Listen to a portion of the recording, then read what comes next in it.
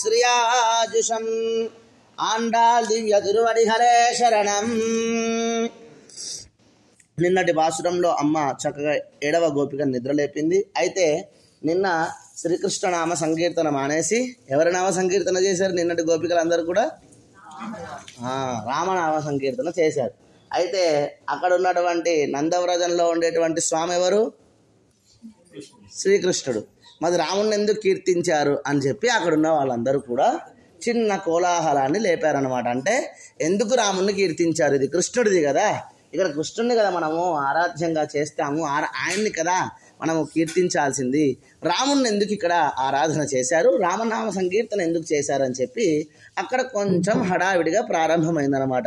అప్పుడు కొంతమంది గోపికలు ఈ సన్నివేశాన్ని తెలియజేశారు. అదిగోండి, క్షీరాద్యందు పవలించున్నటువంటి ఆ నారాయణుడే విభవస్తుతి. మనము ముందుగానే చెప్పుకున్నాం. పరస్తుతి, వ్యూహస్తుతి, విభవస్తుతి, అంతర్యామి, అర్చావతారాలని భగవంతుడు 5 స్తుతులలో మన దగ్గర నుంచి ఆరాధన పొందాడు. అదిగోండి, 3వది విభవస్తుతిలో చక్కగా ఆనాటి రాముడే ఈనాటి శ్రీకృష్ణుడిగా అది పూర్ణ అవతారం అయితే ఇది పరిపూర్ణ అవతారంలో ఈ లోకానికి వచ్చాడు అని చెప్పి కొంతమంది అక్కడ వాళ్ళు చెప్పారు. అయితే ఇంకొక సన్నివేశాన్ని కూడా చిన్న క్లుప్తంగా చెప్తామని కొంతమంది గోపికలు ఇలా ప్రారంభం చేశారు. చిన్నప్పటి నుంచి అక్కడ కృష్ణుని చూస్తున్నటువంటి గోపికలు కదా. అదేంటి స్వామి గోపికలు అంటారు, మళ్ళా కృష్ణుడేమో చిన్నవాడు కదా అంటే, ఆ శ్రీకృష్ణుడిని పొందాలంటే వయస్సుతో పని లేదు, ఎవరైనా పొందవచ్చు. అట్లాగా అక్కడ నివసించేటువంటి వాళ్ళు ఎంతోమంది గోపికలు ఇలా ప్రారంభం చేశారు. అదిగో ఆనాడు శ్రీకృష్ణుడు బాల్యంలో శ్రీకృష్ణుడు పడుకోవాలని యశోద తల్లి మనము పిల్లలకి కథలు చెప్పి పడుకోబెడతాం. అట్లాగా నీకు ఒక కథ చెప్తానయ్యా, నువ్వు పడుకో చక్కగా అని చెప్పి నేను చెప్పిన దానికి మనం కథ చెప్తుంటే అని చెప్తాం అంటాం కదా. అట్లా చిన్నపిల్లవాడు కదా శ్రీకృష్ణుడు, నేను కథ చెప్తూ ఉంటా, నువ్వు అని చెప్పి అంటూ ఉండని చెప్పి యశోద తల్ల ఇలా ప్రారంభం చేసింది పాటలు పాడుకుంటూ. రామో నామ బభూవా అంటే అనగనగా ఒక రాముడు ఉండేవాడు అన్న వెంటనే శ్రీకృష్ణుడు వెంటనే అని చెప్పేసి అన్నాడు. వెంటనే తదబల సీతేతి, అతని భార్య పేరు సీత. అదిగో వారి తండ్రి ఆచచేత తౌ పితుర్వాచాం పంచవటీ వనే విహరత అంటే అదిగోండి ఆ రామచంద్రుడు తండ్రి యొక్క మాట విని అడవిలోకి వెళ్ళాడు. తమహారద్రావణ, ద్రావణ అంటే రావణుడు వచ్చి ఆ సీతా అమ్మవారిని అపహరించెను.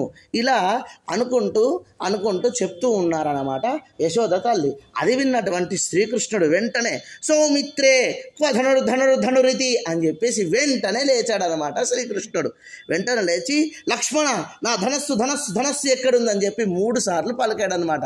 చూశారా?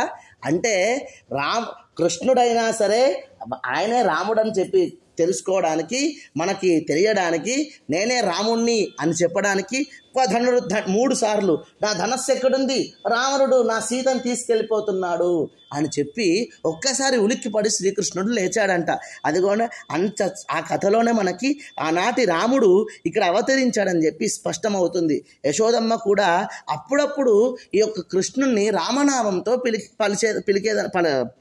ఓ రామ అని చెప్పేసి పిలుస్తూ ఉండేదంట. కావున వీరిద్దరికి కూడా భేదం లేదు. అలా గోపికలంతా కూడా ఆ శ్రీకృష్ణుణ్ణి శ్రీరాముని చరితము నామాలు చక్కగా పాడుతూ ఉన్నారన్నమాట. అయితే ఈరోజు 8వ గోపిక లోపల మంచిగా హాయిగా ఒక నన్నే ఆరాధన చేయాలి, నన్నే ఆ శ్రీకృష్ణ పరమాత్మ ప్రేమించాలి అనేటువంటి ఆ యొక్క ధీమాతో లోపల ఈ 8వ గోపిక పడుకొని ఉందన్నమాట. అప్పుడు బయట ఉన్నటువంటి ఆండాళ్ గోష్ఠి అందరూ కూడా ఇలా పాడారు. పుల్లిన్వాయ్ కీండానై, అదిగోండి అసురావేశంతో కలిగి కొంగ నోటిని చీల్చినటువంటి వారిని మేము కీర్తిస్తున్నాము. అట్లాగే బకాసురుణ్ణి చంపినటువంటి వాడిని శ్రీకృష్ణుడు ఇక్కడ మనము ఆ బకాసురుణ్ణి సంహరించినటువంటి ఆ యొక్క మాయావిని ఆ యొక్క శ్రీకృష్ణ పరమాత్మను మేము ఇక్కడ ఆరాధన చేస్తున్నాము. కొల్లా వరక్కనై కిల్లి కలయిందానై, దుష్టరాక్షసుడైనటువంటి 10 తలలు కలిగినటువంటి రావణాసురుణ్ణి గిల్లి పారవేసినటువంటి ఆ యొక్క రామచంద్ర స్వామిని కూడా మేము ఇక్కడ కీర్తిస్తున్నాము. అంటే అప్పుడు ఇక్కడ ఒక చిన్న సన్నివేశం మళ్ళీ జరిగిందనమాట. శ్రీరామచంద్రుడు సముద్రం తీరంలో ఉన్నప్పుడు ఆ శ్రీరాముణ్ణి వేడుకుందామని చెప్పి వచ్చినటువంటి విభీషణుణ్ణి సుగ్రీవుడు అక్కడ ఉన్నటువంటి సుగ్రీవుడు అంగీకరించాడు అనమాట. ఆయన రాక్షసుడి యొక్క తమ్ముడు కదా, మీరెలా అతన్ని చెర తీసుకుంటారని చెప్పేసి ఆ యొక్క సుగ్రీవుడు శంకిస్తాడనమాట. అప్పుడు రాముడు ఇలా చెప్పాడు, పిశాచాన్ దానవాన్ యక్షాన్ పృథివ్యాం చైవ రాక్షసాన్ అంగుళ్యగ్రేణ తాన్ హన్యాం ఇచ్ఛాన్ హరిగణేశ్వర. అప్పుడు రామచంద్రుడు ఇలా పలికాడనమాట, ఓ సుగ్రీవ, ఈ భూమండలంలో ఉన్నటువంటి పిశాచులు అట్లాగే యక్షులు రాక్షసులు వీళ్ళందరినీ కూడా నా యొక్క వ్రేలి చివరి భాగంతో నేను చంపేయగలను అని చెప్పి రాముడు చెప్పాడు. కానీ నేను అలా చెయ్యను. ఈ లోక కళ్యాణార్థం నీ చేతులతో నీ యొక్క వానర సైన్యంతో ఇది జరగాలి అని చెప్పేసి నేను అనుకుంటున్నాను, కాబట్టి అక్కడ అలా జరుగుతుంది. లేదా నా యొక్క వేలి గోరుతోనే ఇక్కడ ఉన్నటువంటి రాక్షసులందరినీ చంపేయగలనటువంటి సామర్థ్యము అంత శక్తి నాలో ఉంది అని చెప్పి రాముడు ఇలా పలికాడనమాట. అయితే అలా 10 తల రావణుని చంపినటువంటి వాణ్ణి కూడా మేము ఇక్కడ కీర్తిస్తున్నాము. కీర్తివై పాడిపోయి అలా స్వామి యొక్క వైభవాన్ని పాడుతూ పిల్లైగలెల్లారు పావై కలం పుక్కారు. అక్కడ ఉన్నటువంటి గోపికలందరూ కూడా ఈ వ్రతక్షేత్రానికి చేరి ఉన్నారన్నమాట. వెళ్ళ ఎడిందు వ్యారమురంగిత్తు శుక్రుడు ఉదయించాడు, గురుడు అస్తమించాడు అని చెప్పి ఇక్కడ చెబుతుందన్నమాట. ఇక్కడ శుక్రుడు ఉదయించాడు, గురుడు అస్తమించాడు అంటే అర్థం ఏమిటంటే, శుక్రుడు దేనికి అధిపతి? మీ అందరికీ నాకు తెలిసి బృహస్పతి. గురుడు ఎవరికి అధిపతి? దేవతలందరికీ కూడా అధిపతి అన్నమాట. దేవతలందరికీ బృహస్పతి, రాక్షసులందరికీ రాజు శుక్రుడు. అదేంటి స్వామి ఇక్కడ మీరు తిప్పి చెప్పారా అనొచ్చేమో, కానీ శుక్రుడు రాక్షసుల అధిపతి అయినటువంటి ఆయన కూడా మృత సంజీవని విద్య నేర్చుకున్నవాడు అనమాట. అంతటి జ్ఞానం కలిగిన వాడు శుక్రుడు. ఆ శుక్రుడు ఉదయిస్తున్నాడు అంటే జ్ఞానాన్ని పెంచుతున్నాడు. జ్ఞానం ఉదయిస్తుంది, మనలో ఉన్నటువంటి జ్ఞానం కూడా మనం పెంచుకుందాం. గురుడు అస్తమిస్తున్నాడు అంటే అజ్ఞానం. గురుడికి అంతటి జ్ఞానం లేదు కాబట్టి అదిగోండి బృహస్పతి అనేటువంటి గురువు అస్తమిస్తున్నాడు అంటే ఆ యొక్క గురుడు అంటే అజ్ఞానం అంతా కూడా తొలగిపోతుంది అని చెప్పి ఇక్కడ మంచిగా వివరిస్తుంది తల్లి. అయినా సరే నువ్వు మా మాటలు విన్నా కూడా నువ్వు లోపల నిద్రపోతున్నావా తల్లి అని చెప్పి సంబోధిస్తుంది ఇక్కడ ఆండాల్ తల్లి.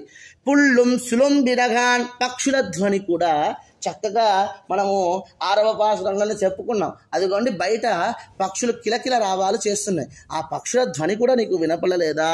పోదరి కన్నినాయ్ తామర పువ్వు మధ్యలో తుమ్మెద ఉన్నట్లుగా విచ్చుకొని ఓ కన్నులదానా అని లోపల ఉన్నటువంటి గోపిక యొక్క నేత్ర సౌందర్యాన్ని చక్కగా కీర్తిస్తుందన్నమాట. అయితే ఇక్కడ నేత్ర సౌందర్యము అన్న వెంటనే పరమాత్మ యొక్క ప్రధాన లక్షణము మనకి చెప్తారనమాట. ఆనాడు ఆంజనేయ స్వామి కూడా శ్రీరాముడి గురించి చెప్పాలి అంటే రామః కమలపత్రాక్ష అన్నాడనమాట. తామర రేకుల వంటి కన్నులు కలవాడు మా యొక్క రామచంద్రుడు అని ఆంజనేయ స్వామి చెప్పాడు. అయితే ఇక్కడ శ్రీరాముడు కూడా సీతమ్మ కళ్ళను చూసి ఆ నేత్ర సౌందర్యానికి ముగ్ధుడైపోయాడు ఈ రామచంద్ర స్వామి.